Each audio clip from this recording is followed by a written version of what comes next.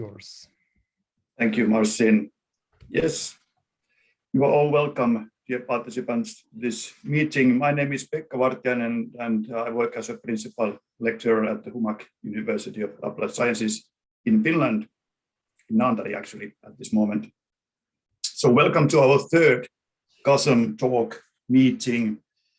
And this all started about a year ago as a kind of side event of our 15 ECTS module on culture and sustainability, COSM. COSM is the name of the module. COSM talk is, as you might guess, a short and quick session of talks that have all a common ground on issues linked more or less with sustainability. But before we go any further, I would like to invite our director of our Department of Cultural Management, Katri Kaalikoski, to officially open COSM talk number 3. Go ahead, Katri. Thank you, Pekka, and hello to Constance. First, hello. Sorry to wake up you so early. No, it's so nice to see you. So I have my papers here. I've had my official opening words here. It's my pleasure to welcome you all to COSM Talks number 3. COSM Talks is a series of online events that are organized by HUMAK University of Applied Sciences. These talks are integrally related to COSM study modules. HUMAK has been offering 2 times now in a row. These talks have been valuable in supporting and deepening the themes in the COSM studies. Also, these discussions have been extremely valuable in building new international partnerships and connections around the topic of sustainability. For those of you who didn't know already, HUMAK is the smallest university of applied sciences in Finland, but the largest institution in educating cultural managers. In Finnish educational system, all cultural managers are educated in universities of applied sciences. In HUMAK, we have about 500 degree students and also many hundred open university students each year. We offer cultural management education at both BA, Bachelor of Arts, and MA, Master of Arts and Culture levels. The COSM study module forms a part of our MA level studies, but is also available in the Open University. Work on the COSM study module has its origins in the new strategy of HUMAK School of Arts and Cultural Management, as its official name goes these days, Pekka. Key focuses, one of key focuses, maybe the key focus in our new strategy is on different aspects of sustainability related to culture.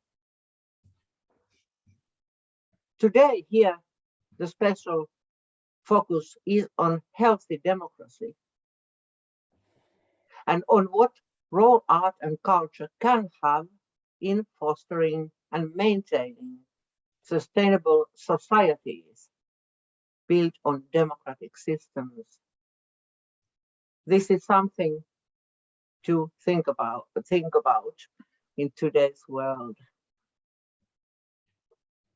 For organizing this third and the whole series of COSM talks, I want to especially thank HUMAK Senior Lecturer Marcin Poprawski here and Principal Lecturer Pekka Vartiainen.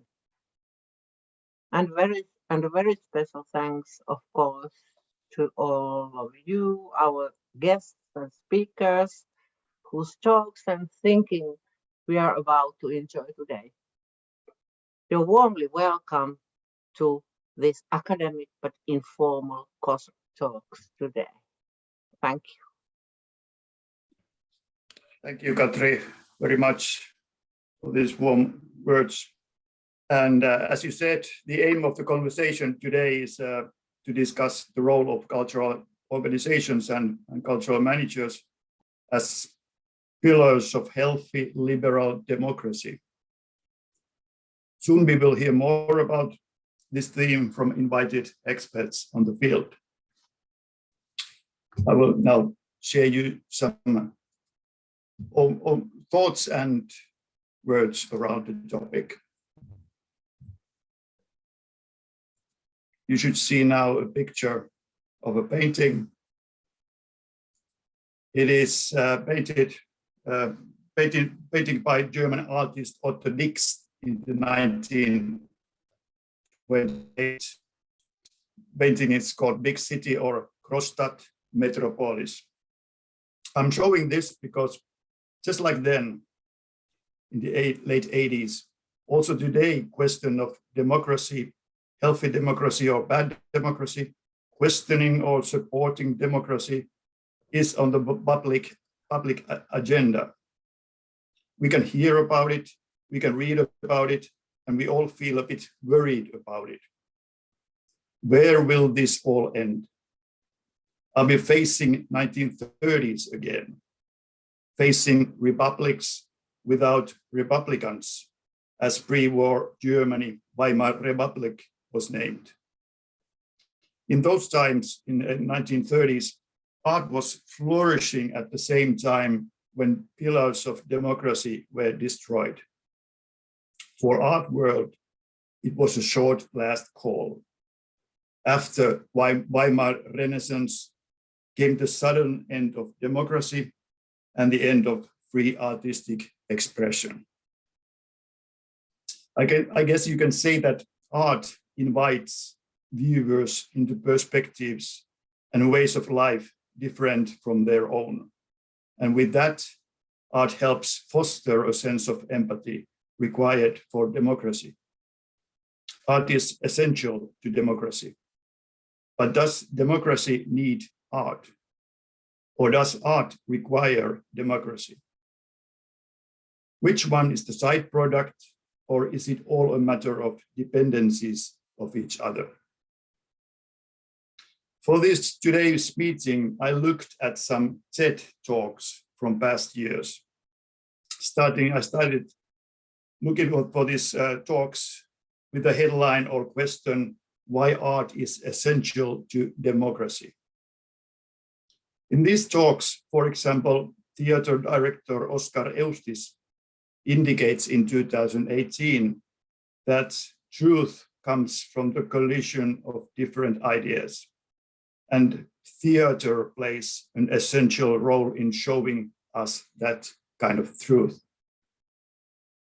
Year after this, famous cartoonist Reima Subrani explains the very essence of political cartoons, how they work as a barometer of freedom and hold a mirror to a society and reveal hidden truths.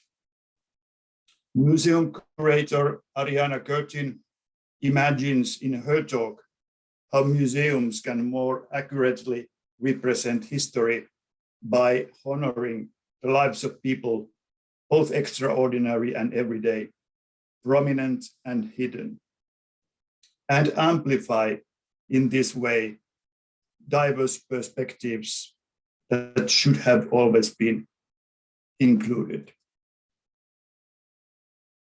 And in another talk from 2017, Director of American Civil Liberties Union, Anthony Di Romero, makes a short excursus to 14th century Italy. A fresco by Ambrogio Lorenzetti is teaching us inevitable effects of good and bad government. Name of this very famous fresco. Name of this is Allegory of Good and Bad Government. And in this, you can see kind of example of the detail from a fresco. You can see from this picture how good government holds the wisdom from above and nourishes its citizens, unlike the bad government, which is authoritarian, cruel, violent, diabolic, and disruptive. And this bad government, Romero uses as an example of Trump government. So he's using this as a kind of political statement, this whole presentation. This ancient painting holds a political mirror in front of us all. And it did that to contemporary citizens, and it does that to citizens of the 21st century. In his talk, Romero also citates Pablo Picasso, who once said that art is a lie that makes us realize truth. To summarize these few talks, art as an allegory of truth, art as a mirror of society, art as an expression of cultural diversity. This all is about the political sustainability of art. I assume that now we will hear more about healthy democracies, good or bad governments, explanation, probably what is true and what is false, and of course about culture and arts, and about us, cultural workers, in the middle or somewhere in the middle of all this. Now I give the floor to Marci Poprawski. You are welcome to continue. Thank you.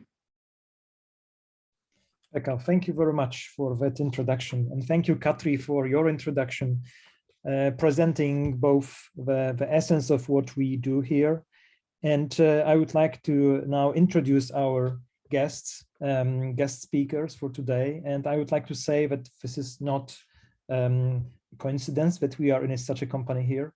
So first of all, I would like to welcome Constance Devereaux from University of Connecticut, who is professor and director of the master program in arts leadership and cultural management. And Constance is an author and editor of many books. One of the recent is Arts and Cultural Management, Sense and Sensibilities in the State of the Field. And I would like to highlight especially the fact that Constance was in a way initiator or a mother of that idea of this topic, as she proposed several months ago to several scholars around the world to start to talk about some kind of practical project that might also help to advance studies on healthy democracy and cultural management, cultural policy interest issues related to cultural organizations and to whole cultural policy systems around the world. And of course, it's a kind of an answer to the reality that we are facing now in many countries in the world. But this is a kind of universal topic that should be discussed from time to time and should be also applied in a sense of some kind of solutions that can be found from the research. So on us, academics, teachers also, in a way, we have that kind of responsibility of discussing that and finding solutions that might work in cultural managers and cultural producers' practice. And that's why I'm also happy that we have among us some practitioners and people who represent the field and represent other countries and other experiences than the experiences of our guests. However, Constance, Tal, and Mariano, who I'm going to talk about as well, they are all very much oriented in the current issues in different countries in the world that have some kind of problems with democracy and what is the situation of cultural sector people there. So Constance, Thank you very much for joining us. It's about 6 or maybe almost 7 in the morning in your time zone. So thank you very much for being with us. And we have also with us Mariano Martin Zamorano from University of Barcelona. Mariano works at the University of Barcelona, but he's also a guest lecturer at many universities. He's involved in many European and international projects that has in focus cultural policy, cultural and heritage management. Mariano is also very much involved in European cooperation between academics and scholars. He's now doing one of the projects which is called Uncharted with our colleagues from University of Barcelona, University of Porto, which is about cultural heritage and values, mostly cultural values. So Mariano is also a co-author of a very good text that I really appreciate, that also is referring to the situation in Poland and Hungary, related different kind of political issues that are, let's say, impacting the work of cultural practitioners in these countries. And also I would like to welcome Tal Feder from Technion University, from Technion, apologize, Technion Israel Institute of Technology. Tal is also very much involved in international teaching and research. He worked for Indiana University in the USA and also for Sheffield University in United Kingdom. And Tal Feder is also a member of many different academic projects around the world, including all topics that relates to cultural policy, also to sociology of arts, and to arts management as well. So thank you, Tal, for joining us today as well. So probably I'm too modest in presenting our guests on a few remarks, but they will be able to explain their experience and their perspective on the topic themselves. So I'd like to invite first Constance to start our conversation. As it was already mentioned, this is academic, but not so much formal. So we invited our guests to present their, let's say, like short interventions or short introductions, each of them. And then we are going to get immediately into discussion and into conversation about the topic. So again, thank you very much for being with us today. And Constance, the screen and floor is yours. Well, thank you very much, Martin and Pekka, for inviting me. And Katri, as I said, it's always nice to see you again. Wish I could see you in person. I have a short slideshow, and I will go through some of the items rather quickly because this is really for discussion and not for more intense academic consideration. But as Martin said, this is, in a sense, I initiated this partnership with Martin, Pekka, Tal, and other scholars on this topic of democracy and the relation with the arts. So one thing that, and by the way, I'll be speaking primarily from the US perspective. So as I was thinking about this, I put down just some quick thoughts, first premises, as I call them, that, and I think that one thing that we need to look at in terms of organizations is leadership and how leadership introduces the idea of democratic governance.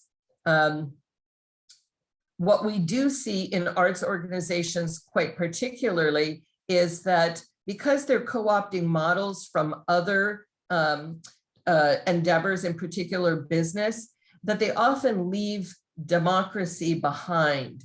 They're quite busy with trying to address a bottom line. So just looking at these first premises, first of all, as Cray, Inglis, and Freeman note, that changes in the landscape of arts management have created conflicts that complicate leadership and decision-making. Specifically, the changes that have started really around the 1980s with funding, but all the way to today with COVID. So these challenges are presenting situations that make leadership and decision-making difficult. And very often the default is to make decisions quickly and autocratically, I must say, rather than collaboratively and democratically. As I note here, the transfer of business models into the arts management sector impedes change and can compromise a nonprofit organization's fiduciary duty in particular to avoid financial risk. So organizations have a sense of a bottom line. They have to make money in order to succeed, but the very nature of nonprofit management doesn't sit well with arts organizations. And so what we need to be doing is to find leadership models that fit the realities of art organizations that are sustainable, democratic, and responsive to human values. So I came up with a list of questions as items of thought, perhaps for today. What leadership models, strategies, theories best address the needs of arts organizations? What barriers exist that impede fulfilling those needs? And is the leadership response adequate to address the challenges? And actually, I don't think that we put a lot of thought into what leadership styles match the challenges that we are presented with. People's selection of leadership style is often a default rather than a conscious choice. And what I'm saying is that we can make conscious choices about the leadership style that we adopt.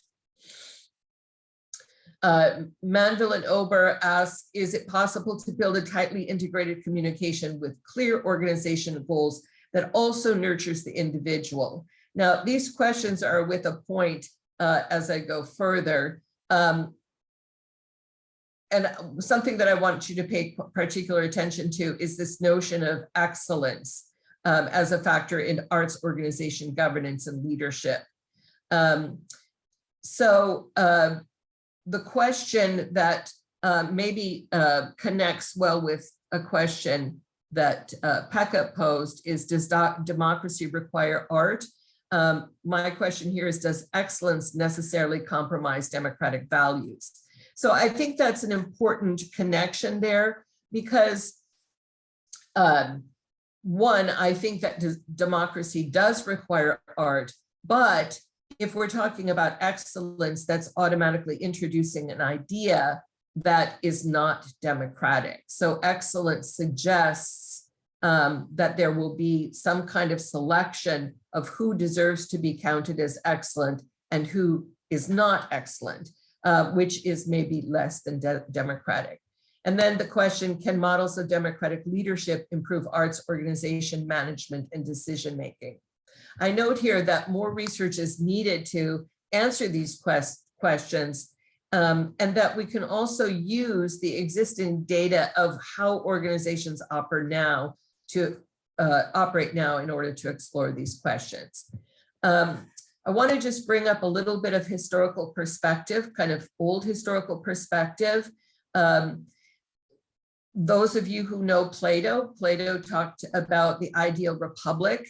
Actually, he's known to have insisted on censorship in the arts, but at the same time, Plato has a wonderful piece of writing called The Laws, in which he states that beauty is part of what the state must deliver in order for there to be justice.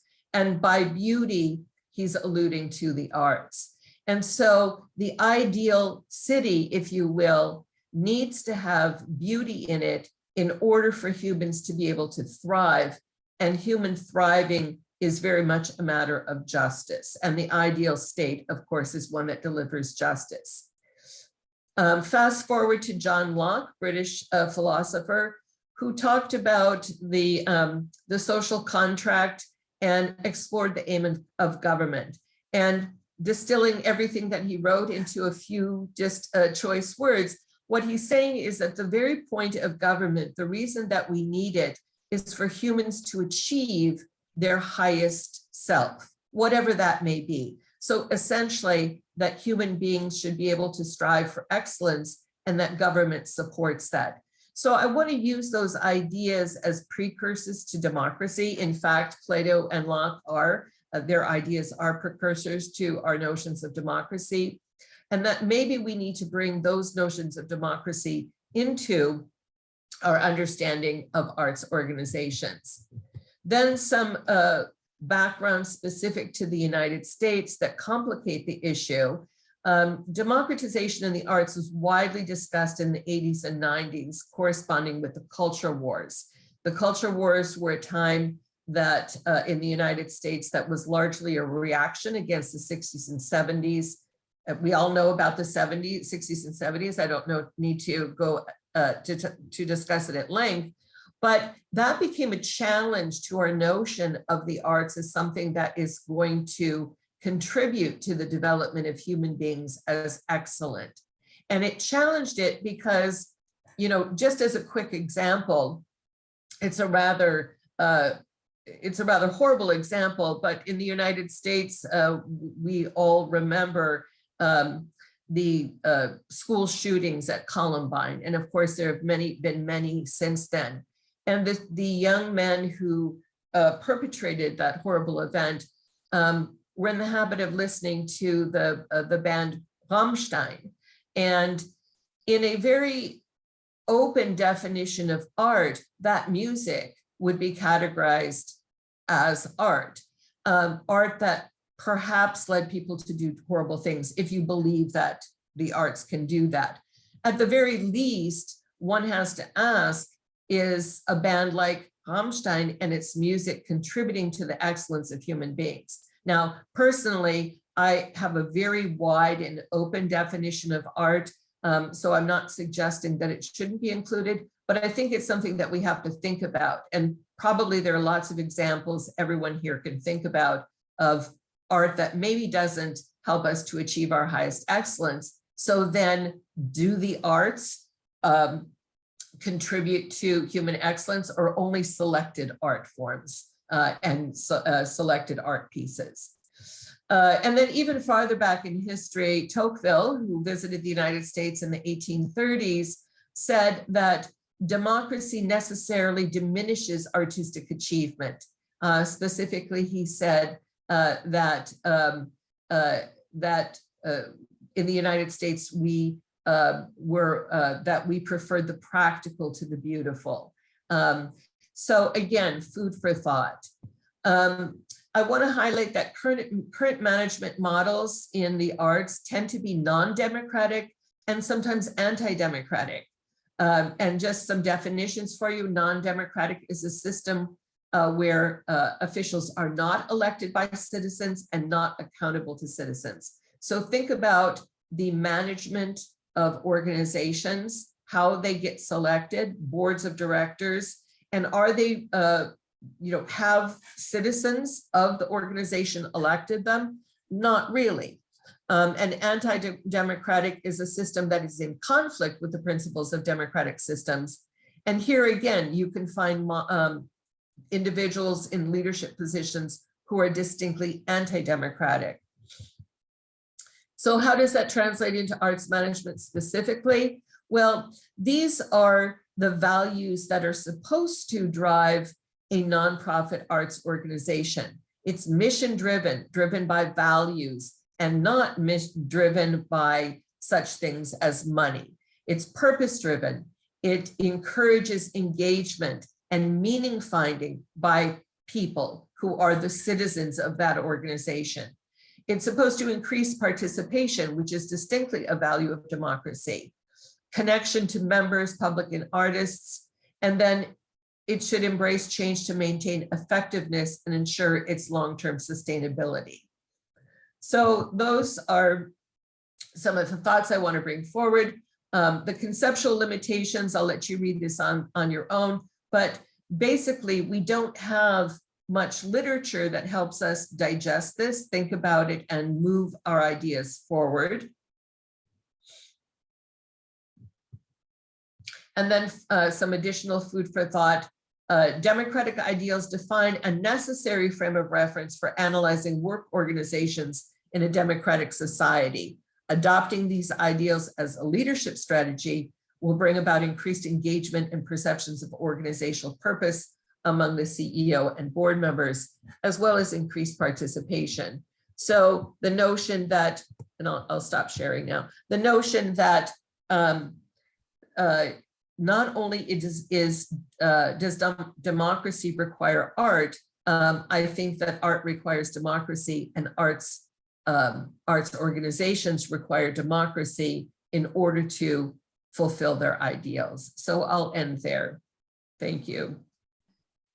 Thank you very much, Constance. I think we'll leave a larger space for questions and comments in the second part of our meeting, but maybe if there are some direct questions to Constance regarding her perspective, and maybe if I may start with the one I have, because we are discussing here, we shall discuss how can arts and culture help a healthy democracy resist external forces that push a society in direction to illiberalism, populism, and autocratic rule. Talking from an American perspective and knowing that the American system of cultural institutions is very much privatized or not so much centralized or in a systemic structure like we have in Europe. And referring to the time of the presidency of Donald Trump, that was famous for these problems, right? Would you give any kind of comment in regards to different kind of behaviors of art organizations or institutions in the US that you observed? Could we make a kind of like a typology or panorama of different reactions or behaviors? Could you make it like an even bigger picture situation? What was the reactions of art sector to that presidency and different kind of strange decisions and radical moves? So can we make any kind of, very briefly, kind of a typology? What were the answers? What type of reactions we were in the art sector in that time? Yeah, I don't think there was any love for Trump from most arts organizations, but I think the trend that I'm talking about starts much, much earlier. I mean, I would go back to the Reagan era as a, important point of reference, the period of accountability. And you saw the same thing in the UK. And there are a lot of similarities, I think, in attitudes between the UK and the US in that sense.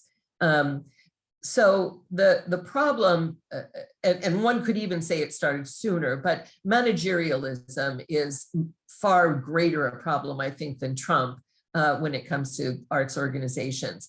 And it's the notion that,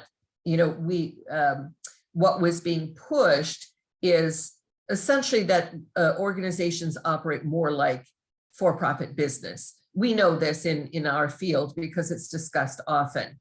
And a reference point for the development of arts management is often said to be business management, that's our closest cousin, let's say, or our parent, when actually it isn't and shouldn't be, because the aims are so different. But a lot of people have really embraced that.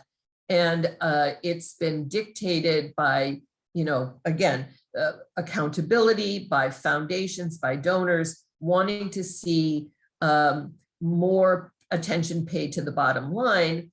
And so it's hard to balance an organization where you're said to have to pay attention to money matters, to place more importance on money matters than everything else that you're doing. And again, it's a delicate balance because, of course, without money, you can't operate. But the point of an organization is not to earn money. The point of an organization is to deliver its services.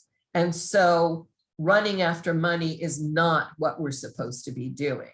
And so but if you believe that that's what you need to do, I think it leads towards this more autocratic type of style of governance in your organization. Now, this is largely conjecture because, as I stated, there aren't enough studies on this. Sorry if you hear the train in the background, it comes this early in the morning. So I apologize if you can hear that. Yeah, and to connect it specifically to the issue that of importance for you, this hedge against the outside world, I think it does begin with our organizations. And so that's the idea behind, the arts and culture as a pillar for healthy democracy, because it begins with us, the people, deciding that we want those kinds of structures, we want a democratic society, and creating organizations that model the very values that we hold. And so when we have organizations that are themselves democratic, then we're more likely to perform in democratic ways in society. When we confront organizations that are autocratic, then that's the model that we have. So yeah, I'll end. Thank you very much. Any immediate reactions or let's say comments to Constance's speech? Pekka, please. Yes, thank you, Constance, for this good opening speech of the important topic. Just the thoughts that raised me or arose in my head is that how this situation of how we discuss of art and culture in Finland, how fast and rapid this change have been. I mean, the debate around art and what's the meaning of art in our society, and how should our government, for example, or our state preserve our culture and our different art forms. I think that Corona has changed this kind of debate a lot, because before Corona, I guess we were all living in a kind of dream world that, of course, culture is for all and arts is for all, and state actually heavily supported also financially our art and artists. But then suddenly, when the Corona broke out, money was tight, and very many art organization, culture organization, and very many artists found themselves in a new situation where there was no support or not even an understanding what they are doing for the society. And that was a kind of, I guess, a kind of eye-opening moment for many people working on the field. And I think that it will reflect in the near future how we discuss about art and how we behave towards our state, for example. So this division between the artist and the state has kind of winded up in Finland anyway, or that's my reflection of this new kind of situation where we are.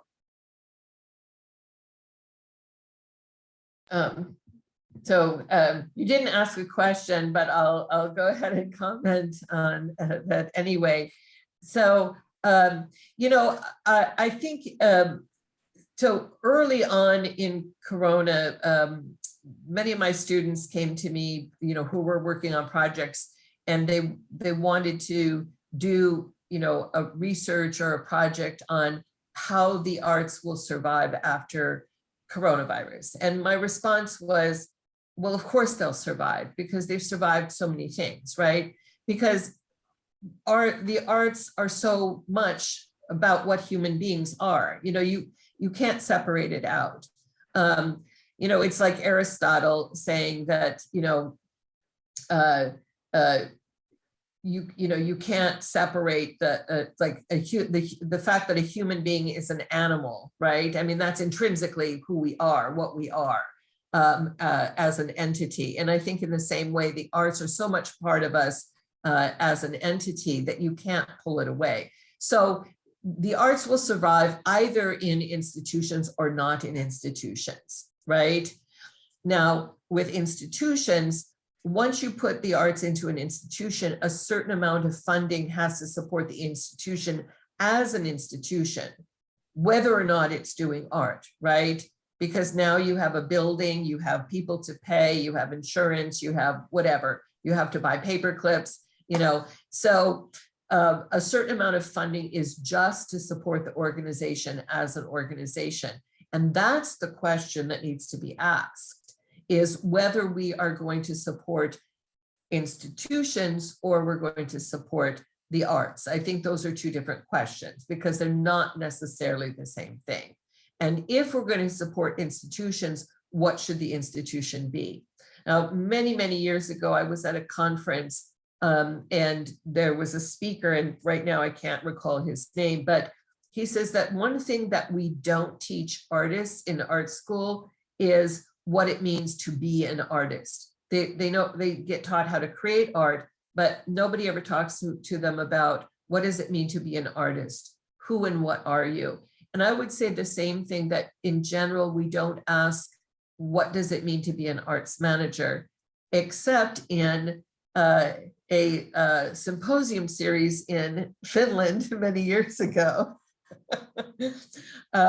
But yeah, so I think people in arts management need to reflect on who are they, what is their role in society, and does that role necessarily have to have an institution the way institutions are set up right now?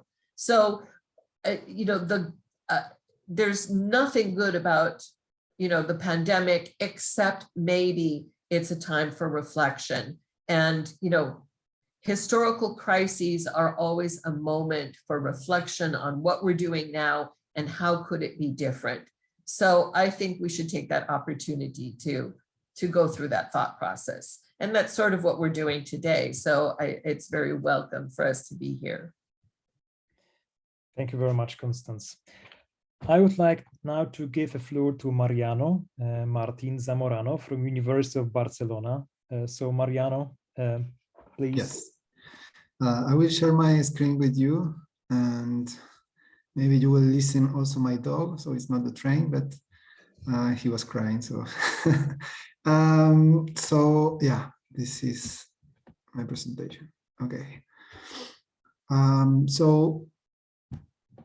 I wanted to share with you today, and I'm happy also to listen the Constance's presentation, because I think it fits very well with, first, of course, introduced very clearly the topic, but also it's well articulated with some of the issues that I will shortly introduce now.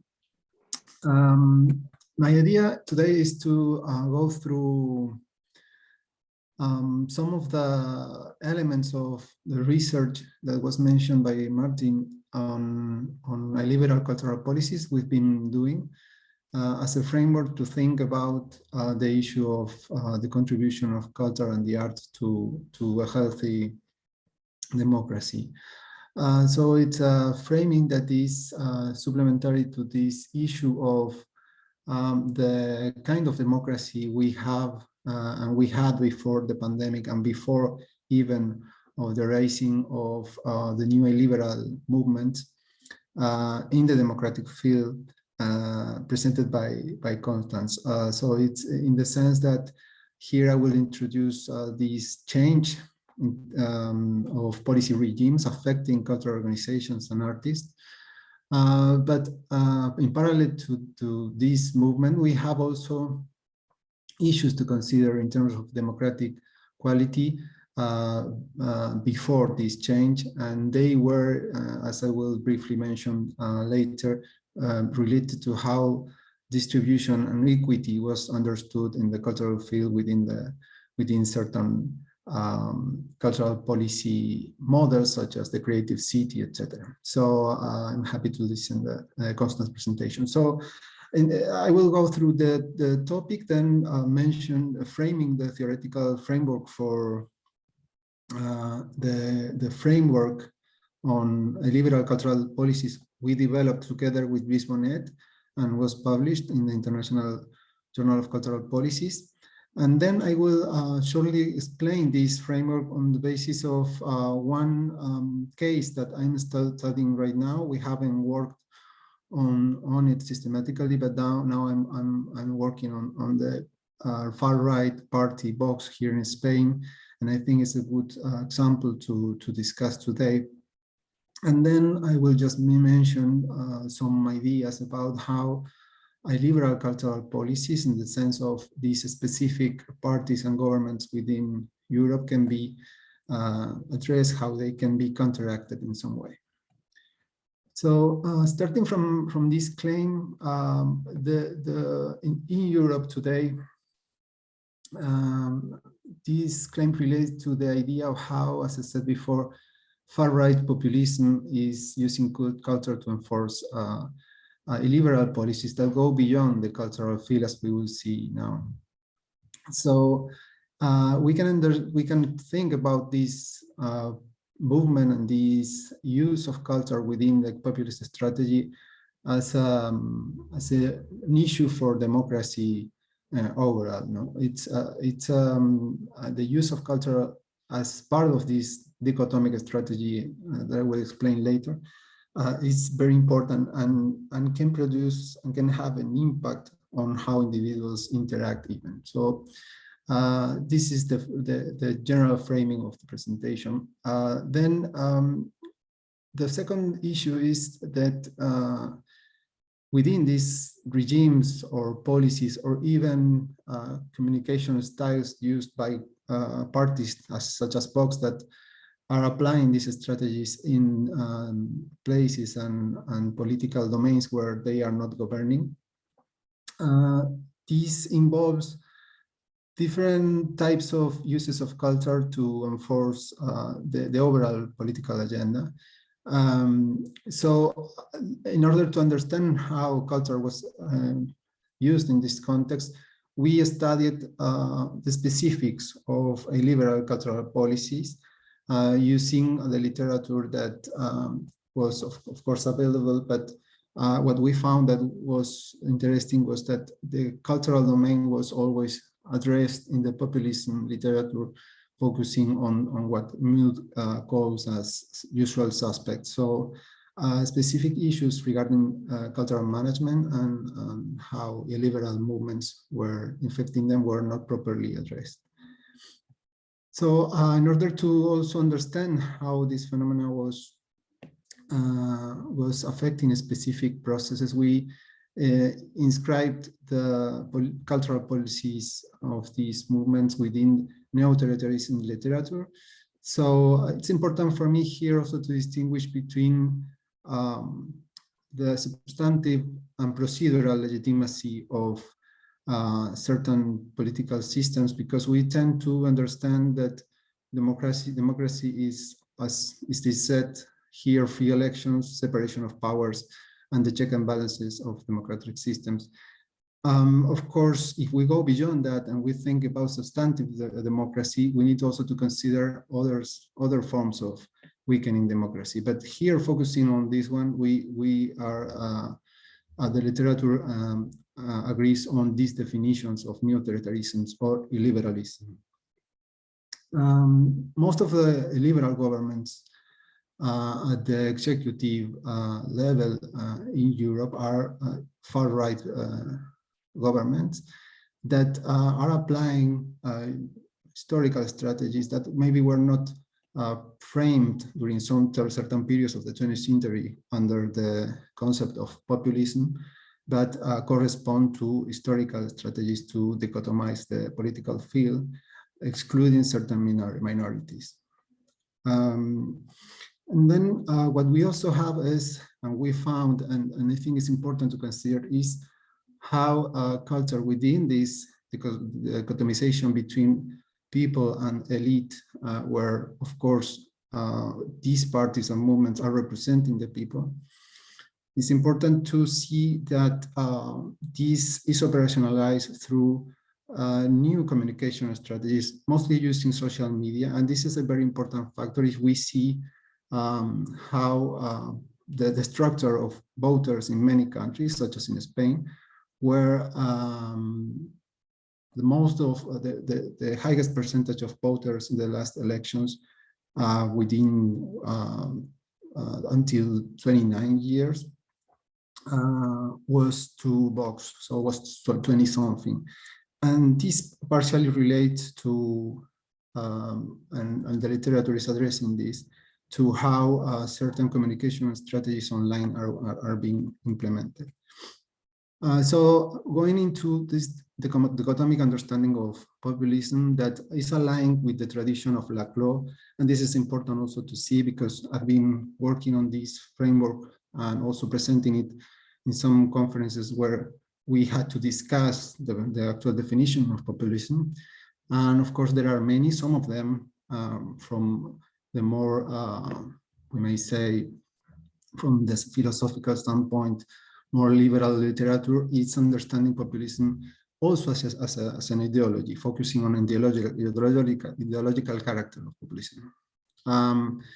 But there is certain consensus about the strategic character also, that is basically a communicative discursive strategy to confront certain classification of the people on the one hand, and then certain understanding or definition of the elite on the other hand, that in Spain was called casta, for instance, caste. So, of course, the figure of the charismatic leader as representative of the people's will, is very important within the domain.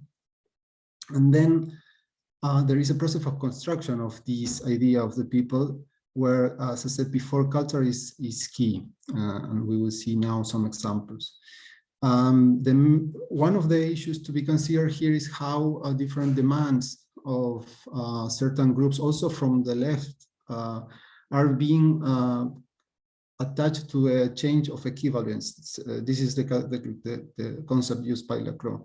So you can associate certain phenomena, topics, or even moral issues to categories that are, to narratives that are associated to the category of people or the elite. So you can say, okay, we have an issue with immigration. Immigrants are part of this classification, and of course, they are confronting specific issues such as in Spain, and as we'll show now, some of the associations relate to how, for instance, public resources are used to tackle situations with Spanish vulnerable people.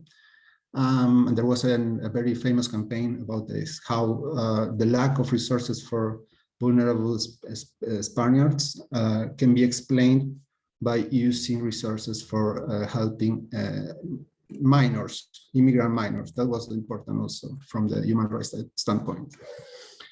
So, so we used all of this conceptual framework trying to distinguish between illiberal cultural policies from liberal and totalitarian cultural policies. So basically what we see was, what we developed was a conceptualization of the most important characteristics elements of illiberal cultural policies.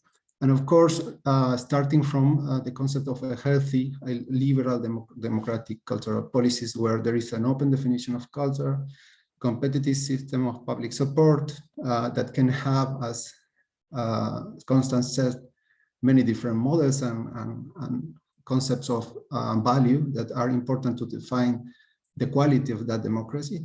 And then a certain governance model that is ideally based on a professional and efficacy criteria. In this case, of course, there are some implications in terms of re-centralization of cultural policies, for instance, in the Hungarian case, but the way of using governance systems in order to enforce these policies is not always a centralization. So as a summary of the framework we developed, there are key elements. We have the instrumentalization of an homogeneous understanding of national identity that's of course associated to the us and opposed to the elite. Then we have different kinds of censorship and indirect control over institutions based on this ideological project. And it's important here to see how mostly indirect control over institutions and autonomy are the key tool, because we are talking about democratic systems, even they are illiberal. So strategies, as we can also see in Hungary, are removing directors, using the law of cultural institutions, using the law to create some budgetary framework that can allow to remove them, etc. Then we have administrative decentralization, as I said, but here again, private public corporate alliances and other strategies are very important, and I think that further research needs to be done in that regard. And then we have the issue of the populist strategy and communication strategy, mostly, as I said, where social media is very important. So these are some of the key characteristics of the very different orientations within what we can understand as liberal cultural policies. We have a contrasting classification of the different dimensions, but I won't go through the whole table because I think we have to give room to the discussion. So just to mention some issues of the Spanish example, I'm now thinking on this example based on based on some literature that is a bit beyond what we used to use in the cultural policy domain. And this is social psychology literature such as Tagfeld and other authors that have properly defined how the process of classification of individuals can lead to certain action. And of course, as Goffman and many others have been able to properly define the stigmatization processes that can lead to action also based on classification. So in that regard, I'm now thinking on the different narratives used in the last political program that was launched this year by Vox, that we can see here below, Agenda España, where they create this change of equivalence between the national cultural and homogeneous idea of Spain or Spaniards and associated to traditional family, certain idea of Spain as a party that has some certain happy characteristics, we may say. And of course, in terms of festivities, bullfighting is in the cultural policy action where they are governing in coalition is one of the most important policies within the cultural departments. And this is going against some other participatory policies that were already implemented, for instance, in Madrid. So the balance between both is also being showed in action, no? But the association here is we are associated to this, and the agenda is very clear. Even in many autonomous communities in Spain, it's being rejected and also is prohibited here in Catalonia, for instance. So, and then the fight against the cultural relativism is associated to an idea of Hispanidad that was historically used by the Franquism, and that considers Spain as power that was able to colonize, Christianize an entire continent. So the idea here is not decolonial, but colonialist in an explicit manner. So this, for instance, I put here one paragraph that is not one of the ones mentioned in culture directly, but can show how this idea of unity is and us is opposed to certain groups. We can see here one of the posters, flyers they were moving through social media, where there is a guy as a fighter fighting against as a Spaniard, fighting against many different symbols. This is Catalonia, independentism, communism, women's feminism, basically, anarchism, some media such as the Sexta, that is one important media in Spain, and also progressive communication media such as El País, the most important in the country, etc. So this is the narrative, and what they are fighting there is this idea of the different globalist agendas are using these failed receipts, blah, blah, blah. And these failed receipts are associated to groups. These are immigrants, these are women organized in the feminism movement.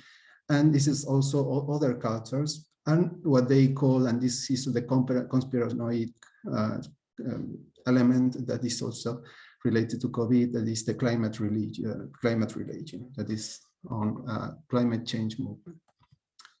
So overall, what is important here is to see that this involves a process of classification that is having actual impact, not only in terms of the narratives against human rights, but also in action.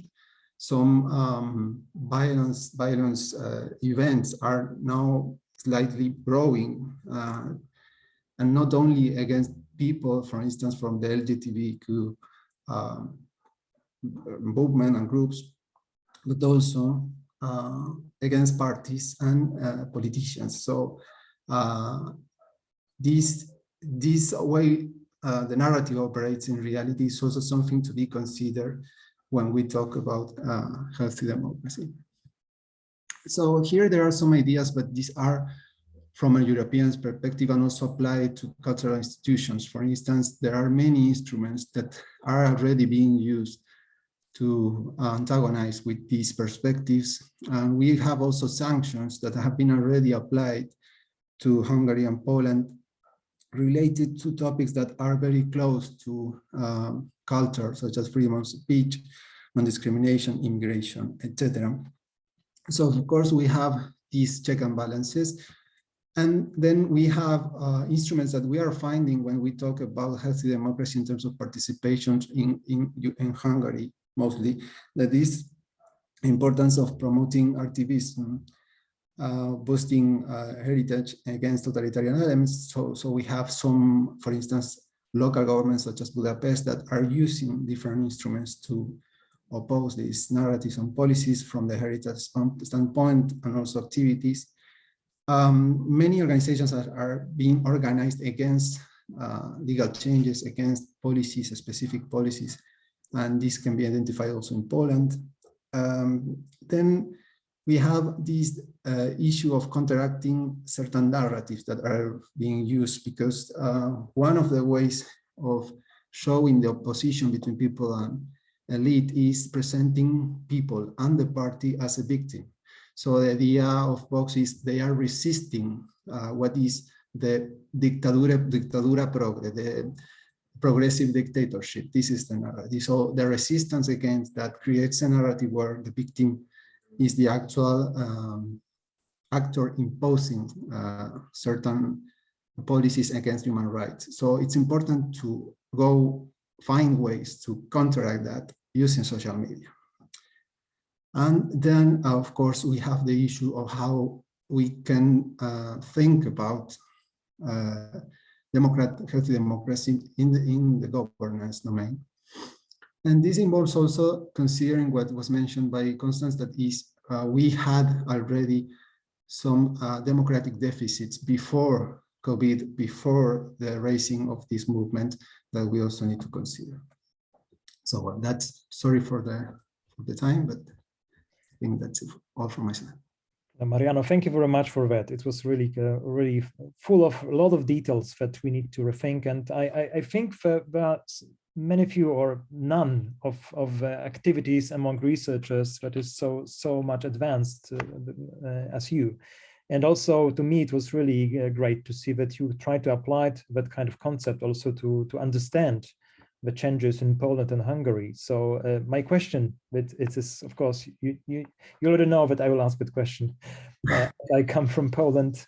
What was most striking or unusual in the Polish and Hungarian case for you as an analyst from Spain, having very different tradition and very different, but kind of outsider's perspective, which might be very refreshing for people in Poland that are so much immersed in the context, and you are coming from out of a context and trying to understand what's going on here as a kind of a case that might be seen from the perspective of comparison with different other cases. Is there anything unusual that you find there? Yeah, there is one of the things there are many, but one important is that we already knew studying European cultural policies that the investment in culture was important. In fact, in Hungary it was the highest cultural budget in Europe and is the highest. And Poland also has a very important cultural system and well-funded. So for me, it was interesting to see that the framing, in fact, this is again connected to what was mentioned by Constant, the framing of the justification and legitimation of Qatar investment was still being linked to excellence, but this excellence is later associated to nationalism. So the exceptional character of the artistic excellence is a form of inclusion too. So what you could think based on the narrative that many of these movements are using is that they will decrease investment in cultural facilities because they are using a very libertarian narrative. They are again, in many of these cases, and this has some nuances that we need to consider, and this was an example of that, that even they are quite associated, and they use some narratives against the state as one example of the elite. Even they do that when they produce cultural policies, the approaches are quite different in terms of direct action. And I think that associating that direct action to excellence was a finding for me, because something that is already mentioned by the literature, when the literature addressed the issue of cultural values and how excellence has been used as a kind of objective criteria to leave certain groups outside of the system in liberal democracies. So this was something interesting for me. Thank you very much. Do we have some comments to Mariano's direct comments to, yes, Constance, please.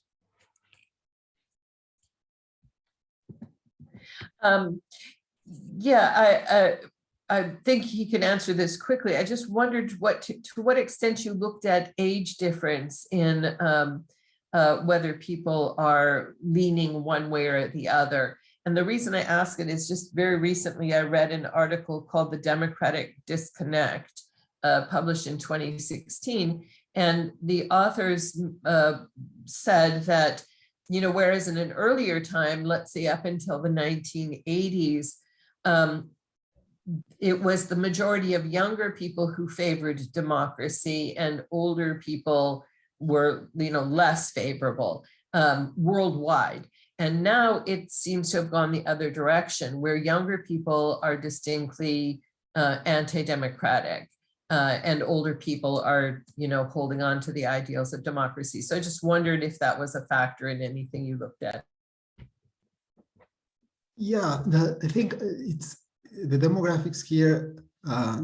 There are some papers, in fact, studying this, and in Europe you can find that young people is following the same trend, but not as in Spain, I think, because at least the last survey is something like 22%, and the second party in vote is at least in interest for voting is something like 3 points below. So I think that this is for me the key point here, and for one of the things that I think that need to be studied in that regard is the singularity of this overall. I think is quite connected to how certain actors and charismatic leaders in social media are disseminating these messages. But of course, these are hypotheses that in fact are being managed now by the literature studying this. But empirically, I think it's important to yeah, as you said, to have data about these trends in Europe, because we have many examples now. Unfortunately, you have many examples. So yeah, I think it's an important factor, but I cannot explain it overall. But yeah. Mariano, thank you very much for that answer, and Constance for the questions. I think this is quite complex issue regarding demographics, and we probably need to study separately different societies. For instance, in Europe, I mean, if I'm not a sociologist, I haven't reviewed the recent data about Poland, for instance, but I guess if you say that, yes, the young are against democracy, nobody will believe that in Poland, right? At least the media image is that this is the generational conflict between the old conservative right wing and the young. well, of course, there are different narrations, right? So we talk about just public media coverage or media coverage about that. So it needs a very closer look, I would say, regarding that. For sure, we can't generalize that the young are against democracy or they are going to extremes. I think this is not the case, at least in a Polish case. It's much more complicated, but still it needs a more close analysis, as you, Mariano, mentioned probably. Right. I would like to give the floor to Tal, but I guess the questions will come back, and also we'll continue to talk with Mariano before the end of the session, and Constance as well. So Tal, could I ask you to join us now? Yeah, thank you very much. First of all, I want to thank Marcin and Pekka for the invitation. And it has already been so fascinating for me to listen to the presentations and to the exchange. I already learned so much. And you'll see that even without preparing in advance anything between us three, there'll be so many connecting lines between the presentations of Constance and Mariano and mine. So I'll share my presentation.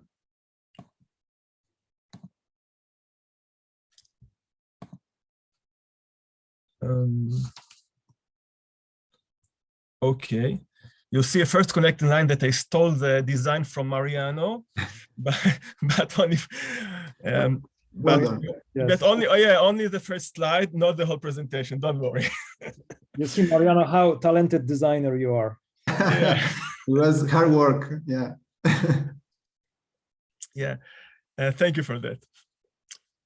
So I took Marcin, you suggested an invitation to be more informal. So this presentation will be light on academic references, and will not present will not be a thorough presentation of a specific academic research, but more of presenting a line of thinking about this issue of democracy and art. And then I will present a specific example from Israel, which I'll use to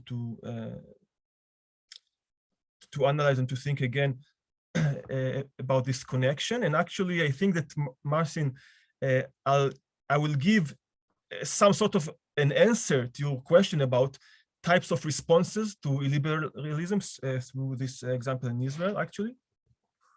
This is actually the title of my presentation is Art Between Democracy and Illiberalism, 3 Possible Responses.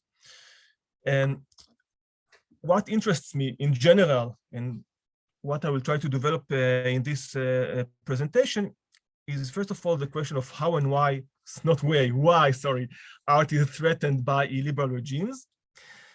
And then what can we do about it? What artists can we do about what kind of responses are available in the toolkit of artists and residents in front of that? But not only concentrating on this question of how can we counter illiberalism, but how can we learn from these ways of countering illiberalism also something about proactive action of supporting liberalism even before we have to face illiberalism? How can we be proactive? How can we bring the medicine before the illness, let's say? So I'll start with a very broad theory way of thinking about issues related to art and politics and society, coming from the field of cultural policy, which is my main field of research. And in this field of cultural policy, we can very briefly, and all this presentation will be sketched in broad strokes and some superficiality, just to be more general and engaging, I hope, not too many details oriented. We can think of cultural policy of something that is playing between 3 main players in the field of cultural policy: the state, of course, which is the decision maker who runs the policy; the art field, the art world, who is the subject of cultural policy, arts policy; and of course the society, the residents, the audience, whatever you call it, which are for the art are audience and participators and engagers, and for the states are residents or other maybe subjects, political subjects. So if we think about the three nodes or 3 points of the triangle, state, art, and society, we can think about the functioning or the place of art in this triumvirate of players, as something that can be oriented more towards the state, toward the society, or towards itself, and I will explain. I'm taking here some terminology from Alain Badiou's philosophical work about aesthetics, but implementing it on the field of cultural policy. I have also a paper where I'm detailing it more I'm presenting it more in detail. But anyway, we can think of it like Mariano referenced this legitimization of the state involvement in art and legitimization of art support. We can think of it also as some schemes of legitimization or even justifications regimes, let's say, of why art is being supported in a state. So one direction, I call it the didactic scheme, using again Badiou's the terminology, said that art is oriented towards the state. Art has to support the goals of the state, the political goals, the national goals. And art has some place, some maybe, let's say, instrumental place in this context of state and art policy. Another scheme can say, no, art is meant to basically as a service for society, is a leisure activity, or art can be something which is measured only in artistic terms. I will show it in this table as more thoroughly. So what I call the romantic scheme says that art is something that embodies an inner truth. So therefore, art has to be autonomous. It has to be to give account to no one else but this inner artistic truth. And it can be only evaluated by artists or art experts, things like that. And this is why art should be supported. This is really close to what we can think about excellence, supporting art for the sake of excellence. This pure conception of pure art pour l'art, art for the sake of art. The didactic scheme says, acknowledges, or let's say, perceives the art as something that has power, has a social power. Therefore, its place in the society is instrumental. It has to use this power in the support of specific goals, which, of course, the state has to decide which are these goals. For example, building national identity is an example for that. And this connects again to what Constance talked about. Plato really acknowledged the power of art, and therefore said it have to be super regulated by the government, the sages which stand, the philosopher kings who stand in the head of the republic. And this classical perception of art and of bread and circus says that art is not something that has too much power. Maybe the power is just a subsidiary effect. It's nothing. It doesn't hold any inner truth. Art is a leisure activity. It's enjoyable. It's for the sake of catharsis, like Aristotle said, something of our life as human beings, but it's not something that has to do with power or some inner truth, and it has to be supported for the sake of the society. So how this connects to the issue of illiberalism and democracy? So basically, the issue is power. The fact that illiberal regimes, that autocratic regime, and like Mariano has showed, have been always dealing with the art world, surprisingly giving consideration to such a thing, shows how much, and actually we can see that also in the often in the declarative narrative, how they perceive art in the didactic sense of something that has a political, a culture, a societal force. Art has power, and therefore this power has to be regulated by the state. And I think that talking about this complexity, Marcin, of demographics about and comparison between Poland and, let's say, Spain, I think that it's not surprising maybe that we've seen this ascent of the illiberal regime that is suppressing art production, which is deemed inappropriate. We've seen this mostly in the Eastern European countries, previously under Soviet direct or indirect sovereignty, because this perception of art as having power is something that was really deeply rooted in the aesthetic perception of Marxism and communism. There's Andrei Zhdanov, this famous Marxist Soviet thinker, who said that artists are the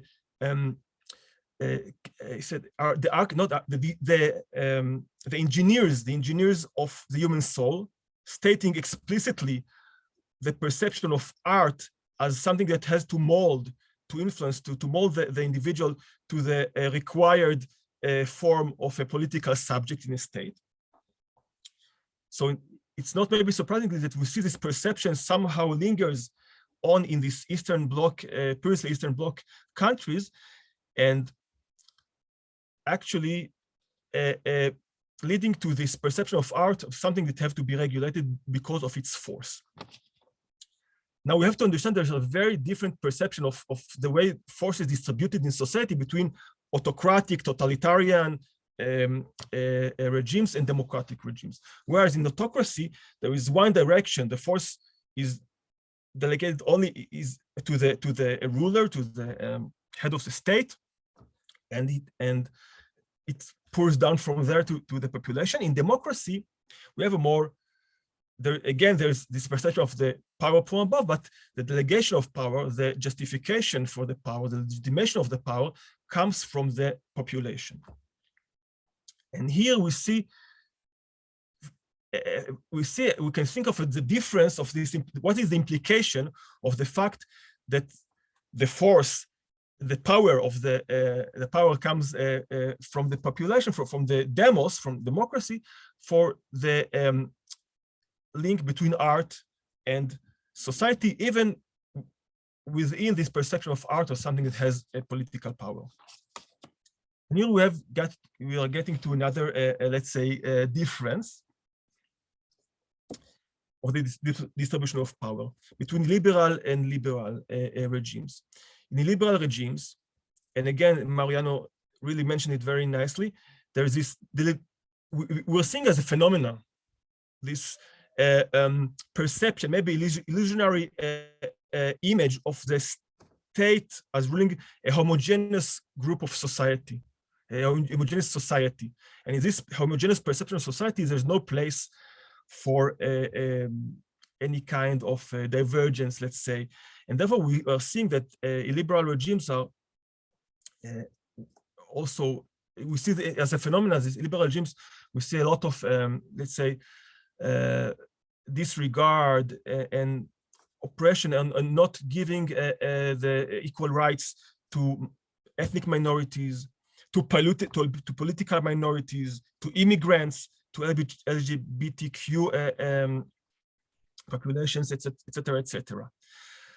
Because the legitimacy for the power comes from this majority, from this group, which is like in this populist description that Marian gave, are the real populace, the real people, and the other are just outsiders.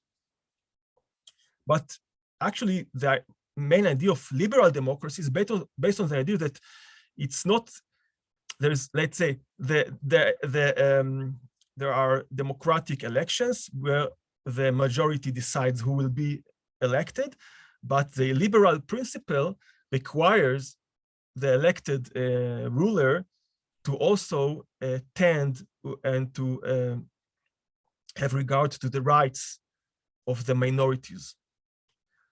And therefore, the liberal idea is very, very different. It has to give legitimization, acknowledgement, recognition, and representation also to members of society which are not part of this majority or mainstream or let's say this imagined homogeneous society, which is never almost a real truth. So here I'll jump. I stop this more distribution of ideas, and I jump to an example from Israel. Actually, I don't have to talk too much about this example because I think that this caricature tells everything. If there's an example for the saying one picture is worth a thousand words, is this picture. And would you imagine that this caricature did not appear in any Israeli newspaper, but was commissioned, the creation of this caricature was commissioned by this lady who was until quite recently, for some years, the cultural minister of Israel. And it doesn't have to say anything, but you see that the idea is portraying the art world in Israel as some kind of an entity that on the one hand, literally draws money from the public repository, from public resources, and on the other hand, being unpatriotic, acting against the state, being defamatory of the country, and doing all kinds of other unwanted thing in the art within the art production activities, and that led. Okay, that led to her to try to legislate a law which was nicknamed Loyalty in Culture. She called it Loyalty in Culture Law. I will not go over the details, but basically this law, which eventually was not really implemented because some other political crisis that let the government go down, but this law was meant to allow the Ministry of Culture to withdraw funding from any art organization who will produce any art which would be somehow inciting violence or terror or defacing Israeli flag, state symbols, or marking the Independence Day of Israel as a day of mourning, etc., etc. This led to a lot of backlash and pushback, but not from all the parts of the art sector or society. And here I did a lot of, I was following very closely these things and this incident as it really developed. And I was witnessing three types of responses to this illiberal winds that were blowing from the culture of Ministry of Culture, which I could really connect to these three ideas of classical, romantic, and didactic schemes. First of all, from the classical scheme, let's say here is the silence of the lambs. Although this, while threatening somehow art production in general and could be opening a window to further intervention in the content of art from the government, these parts of the creative industries that really perceive art as something which is a leisure activity and really they concentrate on art production from that point of reference, they really didn't say anything. From that point of reference of art creation, something which is a leisure activity, they do not deal with conflict. Their art was not conflictual to begin with. They didn't need, they were not threatened by this illiberal, let's say, trying to get control of our production through funding specific or defunding specific content. But I saw a large part of the backlash and of the protest really also did not really reference the political oppression as it is of art, but actually came from a romantic scheme. They were stressing the right of free expression, but from a standpoint of stressing the autonomy of art, saying there shouldn't be any hampering and any thing that will threaten the autonomy of art. It's not right and not just that art will have to be somehow oppressed through its content, but because artists have their inner truth, they have to produce the art that they want and not to think about anything else. Actually, they were avoiding direct acknowledgement of the power of art, like the didactic scheme. But there also was a part of the backlash coming from the didactic scheme perspective, acknowledging the social power of art and insisting of this democratic right to power. Like in the pictures above, if the art has power in a democratic context, we are allowed to this political power of really expressing and producing art that has maybe some power which is not aligned totally with what the state really maybe wants, the specific regime which is now heading the state, but we are allowed from this democratic model to really have the power of producing this specific art, because art is a reflection of and reflection on society. Actually, the distribution of power of making art reflects the distribution of power in society, in democratic liberal society. First of all, not only the head of the state has to decide, the power has to be really also of the people, the power of making art, and also not only one mainstream art has to be produced. In a liberal context, the art of minorities, of political people who think otherwise, politically otherwise than the government, still has to be produced and funded from the resources of the state, because of the liberal democratic context that has to allow this kind of political power through art, acknowledging the power of art, but stressing the right to have this power. And then just last minute, so how can art organization really counter liberal trends? Using one or more or a combination of these strategies of response. But how can we think of really enforcing democratic tendencies where they already exist? So do you have an idea? One idea of really the way that art can reflect this liberal democratic way is inclusion, diversity, equity, and access, something that we don't have now time to talk about it, but really emerged also in Mariano's and Constance's talk, is now widely recognized as a primary goal of cultural policy, and is another way of how art production that has power, political power, can reflect the required political context and political distribution of power that we want to see in a healthy democracy. Sorry for taking too much time. That would be all.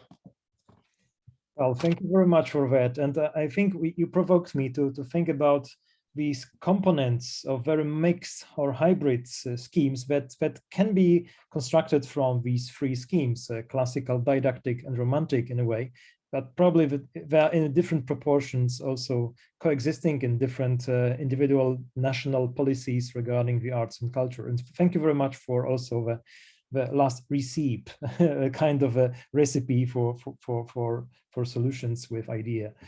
Right, we have like over or about 20 minutes for reactions of the audience or comments from the members of our meeting. So I'm opening now the stage. I have I have something also that I might present or share with you, but I would like to give priority to our guests and to our audiences.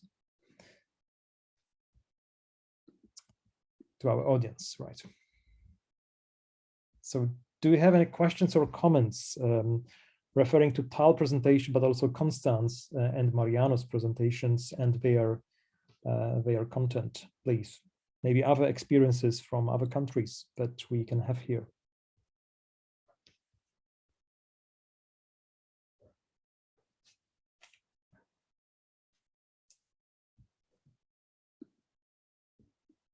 Pekka, please.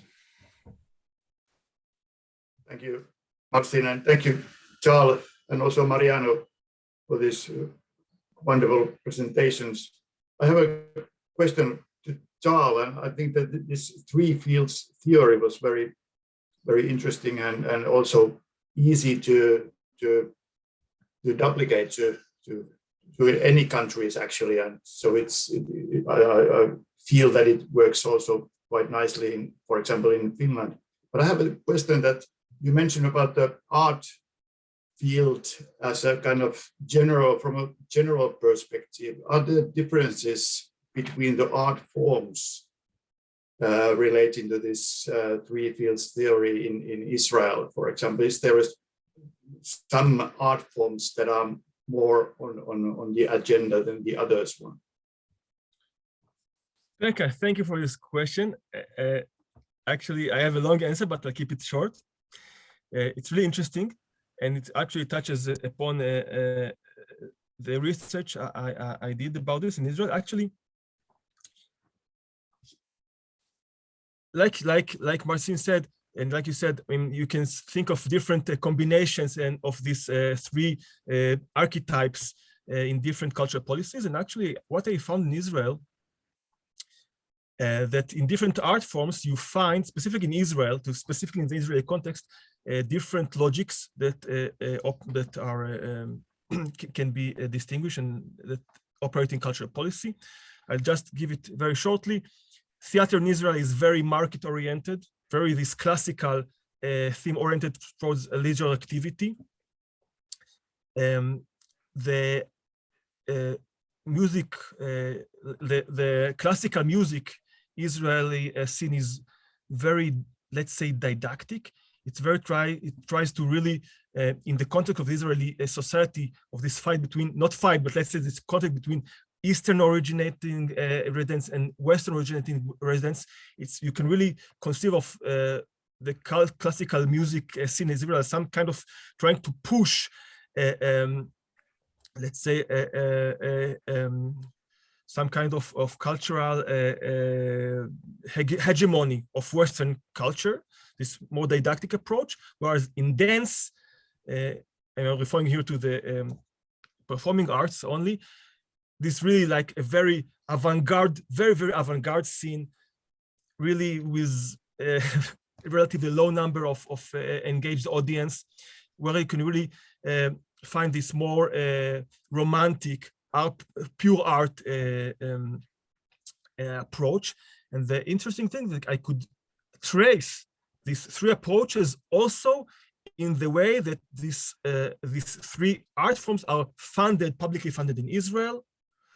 I saw that, for example, the public funding of Israel of theater gives more money to year by year to theaters that could garner, let's say, to attract more audience, really following this classical logic of more audience being happy about, more audience reception will give you more money. Whereas we found the counter effect in kind of classical music. In classical music, and it really was the vice versa. We saw that the more money you give classical music orchestra, the more actions are they doing, trying to engage more audience, really to again push forward this hegemony of Western classical music in front of other types of musics. Sorry for the not very short answer. Thank you. Thank you very much, Tal. I would like to, if you don't mind, or if there are some comments or questions now, please, I would be very happy to let you speak and join. Well, I have also a comment, but it's comment that might be related to the framing of this meeting, because we are talking about sustainability values. And one might ask, but how that relates, right, to sustainability values? And I think I might have a kind of a proposal of an answer, and maybe I will share with you just a few slides just to make it more illustrative and maybe easy to follow. Don't worry, I will not present all my slides. It's like a slideshow of different institutions and pictures, but I would like to start with this, just not to show more pictures, more designs made brilliantly by Mariano, but to explain that frame when we invite our guest speakers for our students, but also to open events like COSM Talks, are all focused on something we call sustainability values in plural. And I would say that healthy democracy is for us some kind of very substantial sustainability value, in the sense that this is a basic context for a practice of cultural manager or cultural producer.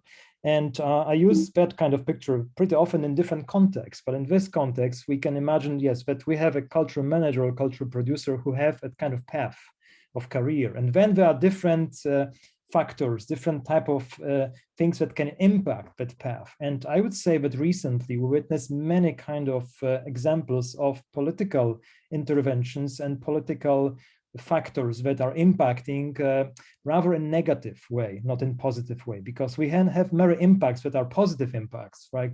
Meeting with different, different kind of experiences or people, or enriching the relations that possible cultural manager can develop. But in this case, when we talk about the intervention of politicians and the very, I would say, tricky political context in many countries today, this is a kind of a problem for a cultural manager, but this also can be considered from a perspective of sustainability.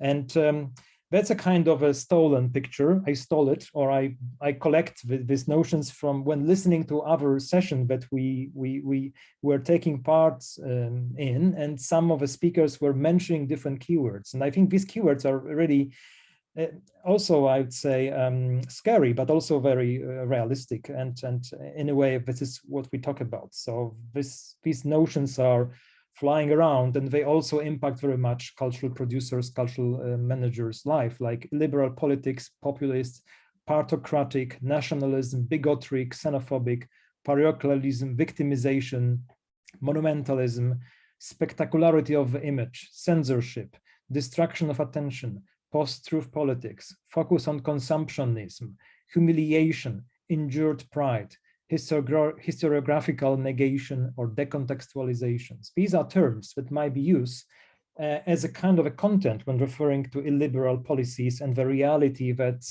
cultural producers are facing, and that reality that comes from the side of politics or populism. And then I would say that might be a question, would that not refer only to public institutions? Would only public institutions should be afraid of that? And the answer is no. I mean, if we treat cultural policy as a, let's say, table with 3 legs, with public institutions, with a private sector and a civil sector, the cultural policy is a kind of, let's say, is facing the impact of politicians and politics in whole its ecosystemic shape. I mean, so this is a kind of a reality that also is in front of the questions that may be posed by private and civic sector producers and cultural managers. And last slide that I would like to share before we continue maybe the discussion is that kind of my dream, or our dream also, because there are more people involved in that. And we have to admit that we even hand in a proposal that was coordinated by Constance, and with participation of our guests and Pekka, and we hand in a proposal of a research of that field of how cultural institutions or cultural organizations might be pillars, or arts in general can be a pillar of healthy democracy. And to me, I would say the question is, will we be able to really systematically recognize different kind of notions or values or characteristics of political relevance of arts and cultural organizations in the sense of how they respond or how they adapt to that kind of different realities, and then what might be for me a value. And I think both Mariano and and Tal, and in the way, Constance as well, you try to talk about that, how we can catalog or make a typology of different behaviors of organizations, different kind of patterns, different tools of response or reaction, right? Whether we talk about the silence of lamps or other activities. And of course, we have examples of other activities, of different kind of political resistance or engagement that relates to politics, but also to local communities and to the context of local ecosystems. But not necessarily the nation or national government is a kind of a problem here, but also local politicians and local impactors might be also a problem. So we should probably first make such a kind of typology and work on that. And second, also provide a kind of toolkit that maybe include a kind of a self-assessment for institutions, organizations, how they relate to the reality of illiberalism and different kind of, let's say, unethical behavior in relation to that kind of organization that should serve community, serve society, and not only be a kind of a propaganda tool or different kind of objects of instrumentalization. So it's just to few slides just to show you that. I have more, but I will stop here because I also would like to listen to reactions of our audience. And yeah, so that's my comment to that. That the question is, are we? I think we are able to make such a typology and so to also construct different kind of types of solutions for that kind of pressures and that kind of stress that comes from a political world directly to cultural organizations. But the question is how? Yes, and is it possible to be done in the current context?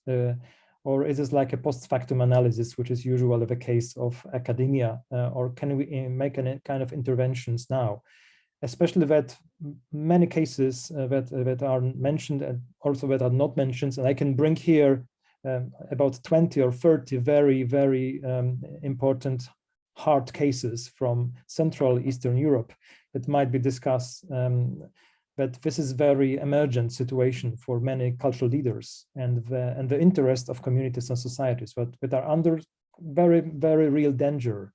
And this is the moment when we talk about sustainability. This is the moment when we talk about sustainability of the arts and also that kind of intergenerational transmission of values that is at risk in certain communities and societies.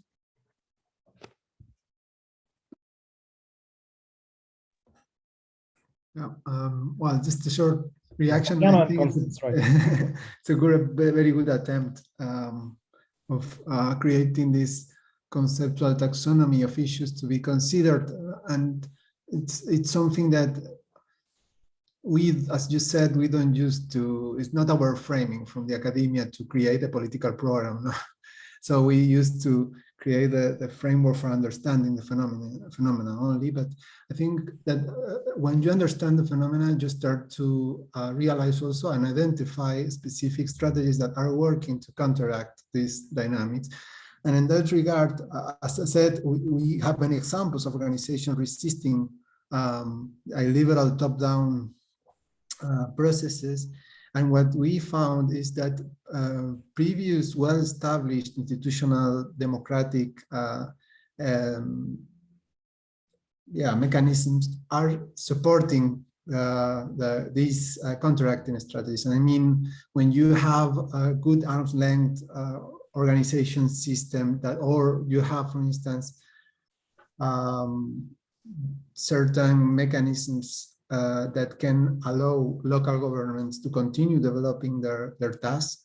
Of course, they have to be there in principle because we are talking about democracies, not dictatorship. So these instruments should be exploited and are exploited by organizations to resist certain dynamics successfully right now. So identifying them is a good way to start thinking about what is working and what is not working. But at the same time, I think what we have to think is that this is a political issue that goes beyond the cultural field. And that's why one of the strategies working very well is the work done by local governments. And these are governments that have their own political program.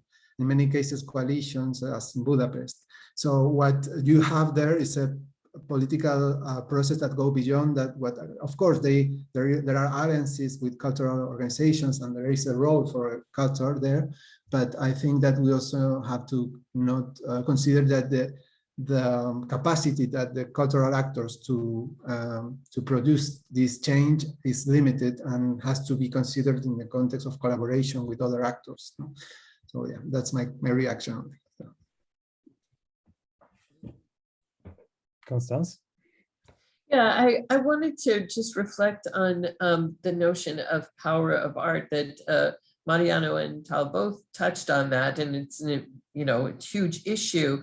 But I think that's something that we don't properly understand. What is it about art that is so frightening? Because it is, as Picasso said, it is a lie, right? I mean, whatever you put on the canvas is something you made up to put on the canvas, right? A theater play is, something that you make up and you put on stage. So I just would like to hear, my colleagues and also members of the audience, their take on, what is it that's so frightening about art that makes governments respond the way that they do?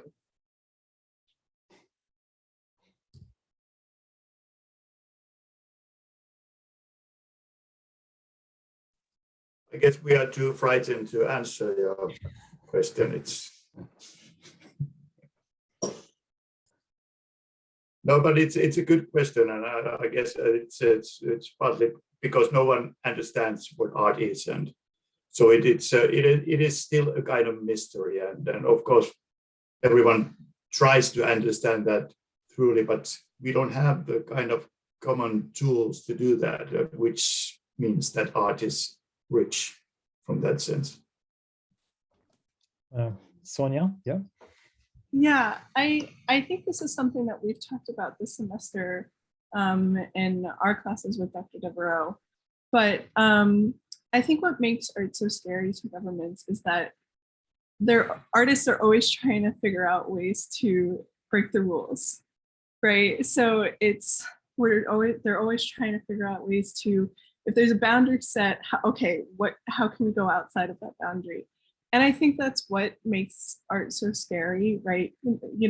On one side, yes, it is pretend, and it might not, it's paint on a canvas or a theater production, but also the fact that it's constantly pushing boundaries and constantly questioning society.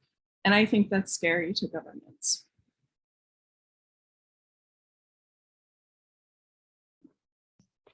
Yes, I would also say that the problem with artists is that they are in a way trained, but also they have probably a natural ability, and that's why they are artists, to appreciate the freedom of expression much more, and they are like the professional users of imagination. And imagination might be dangerous to politicians because you can't control imagination, right, so easily. It's a lot of unpredictability, different kind of possible critical turns in it. And I wouldn't say that all art is critical, and the critical competence can be trained only through art, but I would say the majority of artist expressions are built on the criticism and built on, let's say, criticizing the status quo, right? And asking for those who are not heard, who are not present, who are not in the mainstream. So I think this is also something dangerous, and artists can be really loud, right? Also, they can, with intelligence and with a provocation, they can be really, really effective, and they can be really seen, visible. I just say very shortly that from a sociological perspective, also interested in the way that the power of art is a social construct, which actually exists only because we believe it exists. And that actually that governments that think that oppress art in some way also gives it power in that process, because the designation of power of art, and it really enhances this perception of art as powerful, and it's not necessarily something which is really inside, really essential in the art production itself. Maybe it's just how we see it, and it becomes a reality. Yeah, that notion of unpredictability and being a powerful part of art works at cross purposes to organizations that have to operate on predictability. And so, you know, there's always that tension, especially in the arts organizational context, between, you know, being very authoritarian within the organization, but you're allowing this kind of unpredictability to flourish. You know, it's a bit of a paradox, I guess, contradiction. Right. Thank you very much. Mariano left for another meeting with apology and with thanks. So we thank also to Mariano. And as Finnish are very, very punctual, as things that my German colleague told me, Ras, that you are better Germans. So that's how we should finish the meeting punctually. But maybe there are some short final comments. I see that some people show up, turned on the screens, turn on the cameras. So maybe you have also some comment. David, maybe.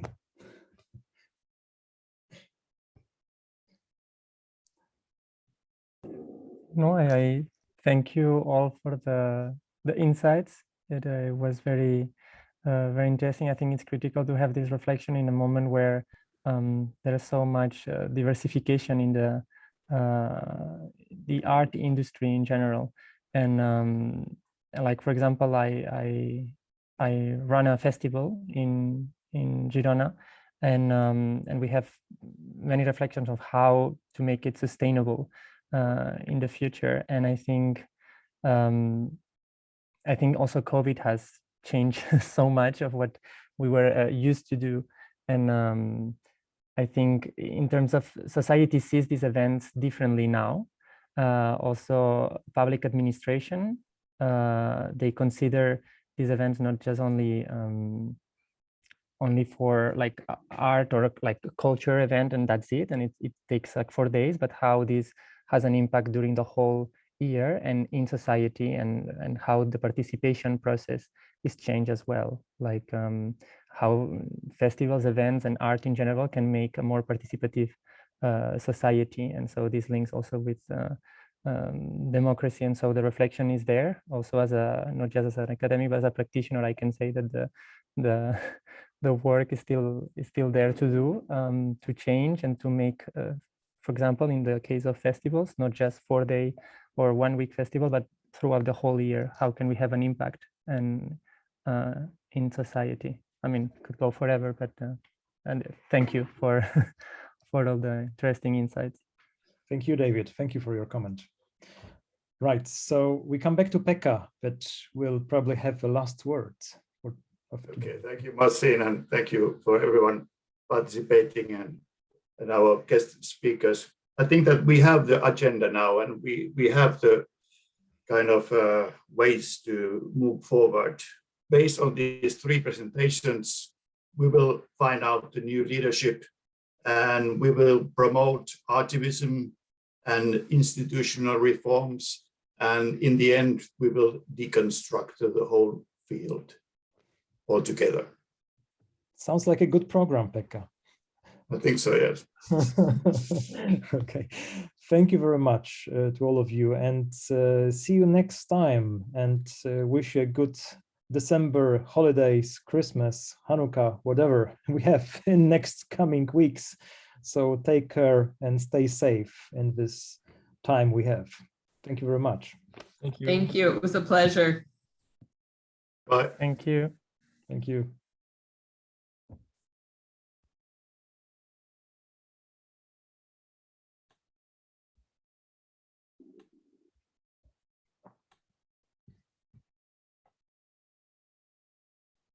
Thanks, Marcin. It was great. Thank you very much. Oh, it seems that time passes too fast. Yes, that's Yeah. true. That's true. It was a great conversation, and really thank you for inviting me. It's always a pleasure to participate. Yeah, I mean, I'm so many provoking ideas that where is it? I would like to get the recording just to rewatch. There's so much. Yeah, Yes, it was absolutely. really, yeah, super interesting. I hope we'll have other occasions to continue this conversation. Yes. If we get the grant, we will. Oh, for sure. If not, we will. Yes, exactly, By the way. exactly. All right, take care, guys. Take care. Bye bye. Good Bye. day. Bye-bye. Thank you very much. Thank you. Appreciate very much.